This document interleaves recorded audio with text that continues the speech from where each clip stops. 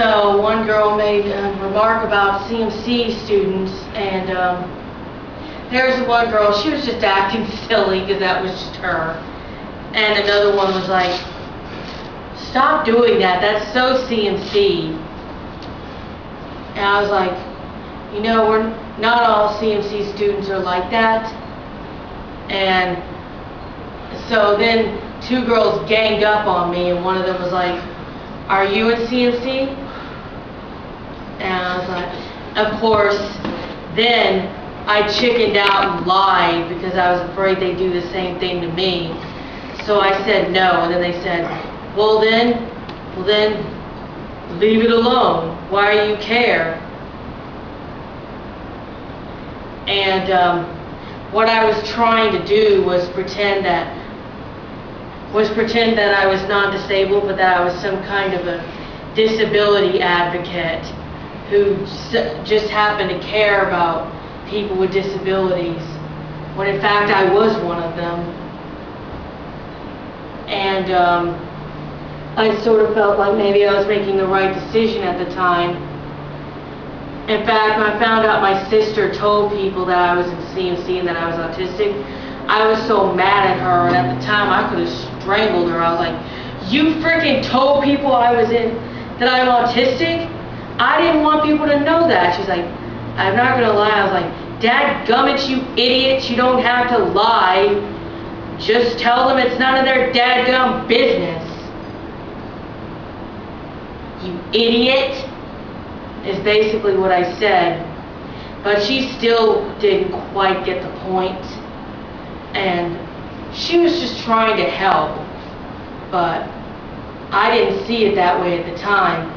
I saw it as her trying to sabotage me. And doing it out of spite. That's what I saw it as. So, anyways,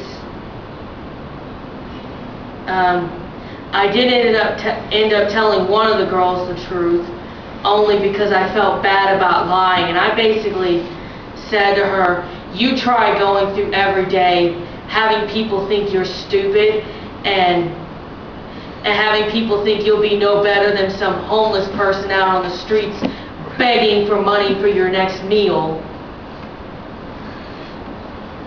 And she didn't tell me what she thought, and she never really actually said the words that I still accept you or anything like that, but her actions showed from then on out that she did, and it didn't need to be spoken, so it was okay.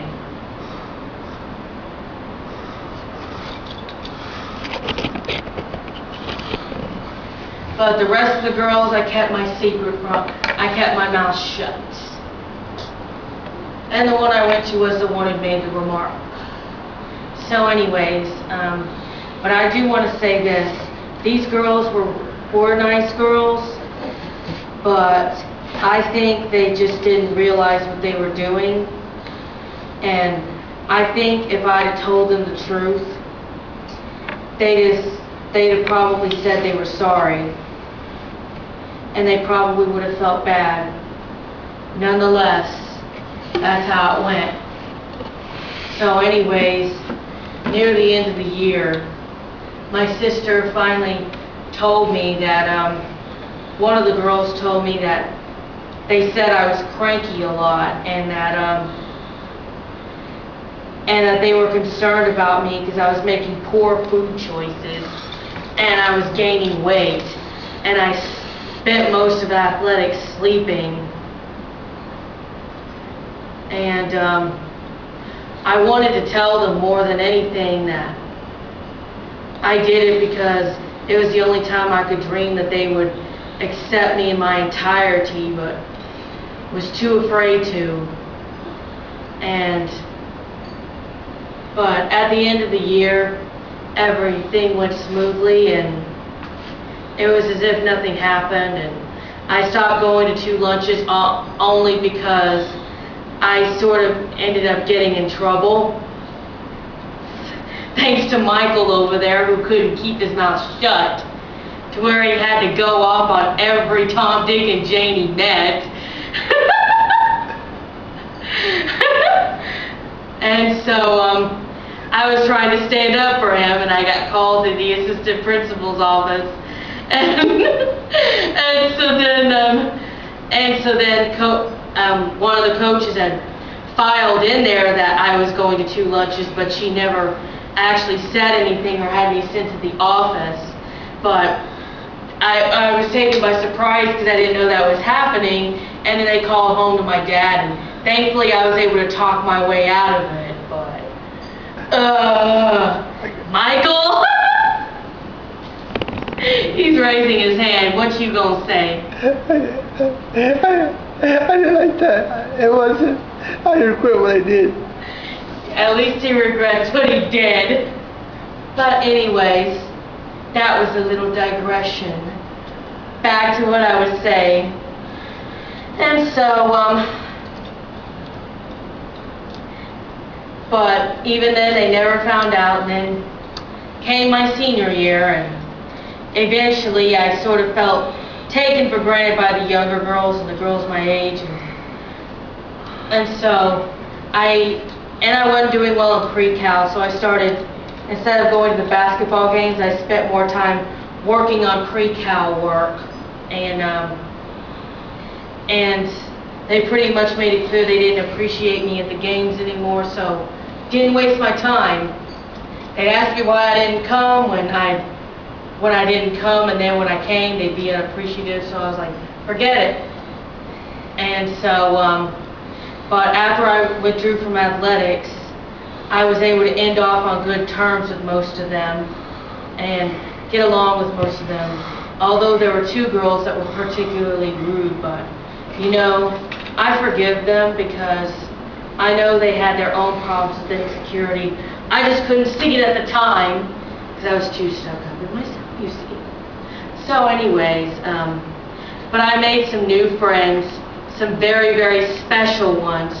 Of course, I also came across some manipulators, and one of them not only tried to get everybody at school to hate me, but she tried to get me expelled or suspended.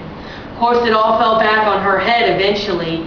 People ended up hating her instead, and then the following year, she ended up getting expelled for stealing answers from a teacher's answer guide.